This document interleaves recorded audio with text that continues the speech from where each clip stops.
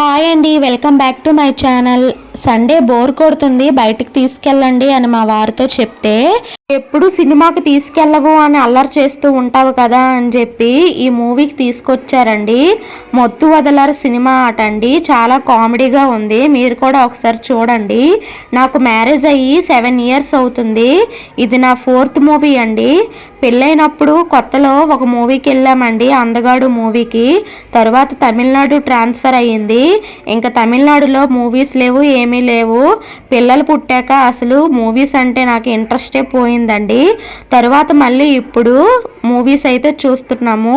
మళ్ళీ మాకు ఎటువైపు ట్రాన్స్ఫర్ అయిపోతే అది కూడా ఉండదని చెప్పి ఉన్నన్ని రోజులు మూవీస్ చూద్దామని చెప్పి మాకైతే ఈ మూవీకి తీసుకొచ్చారండి. థియేటర్ నుంచి బయటికి రాగానే ఎదురుగా పానీపూరి బండి కనిపించిందండి. మా పిల్లలకి, మా వారికి కొనమంటే అమ్మ చేస్తుంది అని చెప్పి ఇంటికి తీసుకొచ్చారు. ఇంకా ఇంటికి రాగానే మా పిల్లలు స్టార్ట్ చేశారండి పానీపూరి చేయమని. అప్పటికప్పుడు ఎలా చేస్తాను అని చెప్పి, సాయంత్రం చేస్తాను అని చెప్పి వాళ్ళకైతే పడుకోబెట్టాను.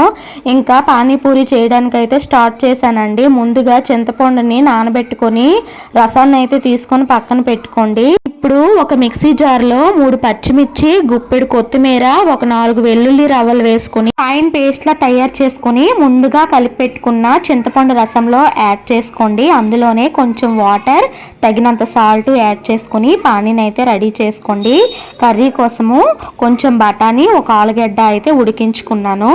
ఇప్పుడు ఒక వెజల్ పెట్టి అందులో కొంచెం ఆయిల్, కొద్దిగా ఉల్లిపాయ ముక్కలు, పోపు దినుసులు, అందులోనే చిటికెడు పసుపు వేసి గోల్డెన్ కలర్ వచ్చేంత వరకు ఫ్రై చేసుకోండి. వీడియో నచ్చినట్లయితే లైక్ చేయండి, షేర్ చేయండి. కొత్తగా చూస్తున్న వాళ్ళు సబ్స్క్రైబ్ చేసుకోండి. ఇవి ఫ్రై అయ్యాక ఇందులో కొంచెము జీలకర్ర పొడి, రుచికి సరిపడా కారం వేసుకొని ఫ్రై చేసుకొని ముందుగా మనం ఉడికించుకున్న ఈ బఠానీని ఇందులో వేసుకొని కాసేపు అయితే మగ్గనీయండి. ఈ విధంగా కుక్ చేయండి.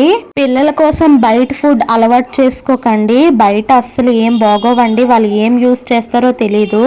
ఇంటి దగ్గరే ఇలా సింపుల్గా చేసుకొని పెట్టండి. వాళ్ళకు కూడా హెల్దీ అండ్ మనకు కూడా చాలా తృప్తిగా ఉంటుంది.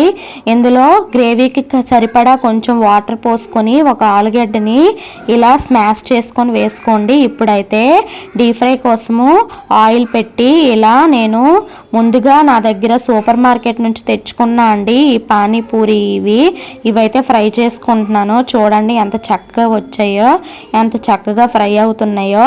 బయట అయితే వాళ్ళు ఏం వాటర్ యూస్ చేస్తారో తెలియదండి. అలాంటివి పెట్టి మనము పిల్లల హెల్త్ని పాడు చేసే కన్నా కొద్దిలో గొప్ప ఇలా మనం ఇంటి దగ్గర వాళ్ళకి నచ్చే ఫుడ్ అయినా పెడితే హ్యాపీగా ఫీల్ అవుతారు కదండి.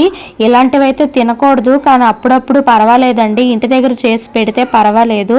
బయట అయితే అస్సలు వాళ్ళకి అలవాటు చేయకండి. ఏమవుతుందండి, వీలైతే ఒక 1/2 hour మనకు కష్టం అవుతుంది. చూడండి టేస్టీగా పానీపూరి అయితే రెడీ అయిపోయింది. మా ఇంట్లో వితిన్ సెకండ్స్లో ఇవైతే కంప్లీట్ చేస్తారండి. Bye bye.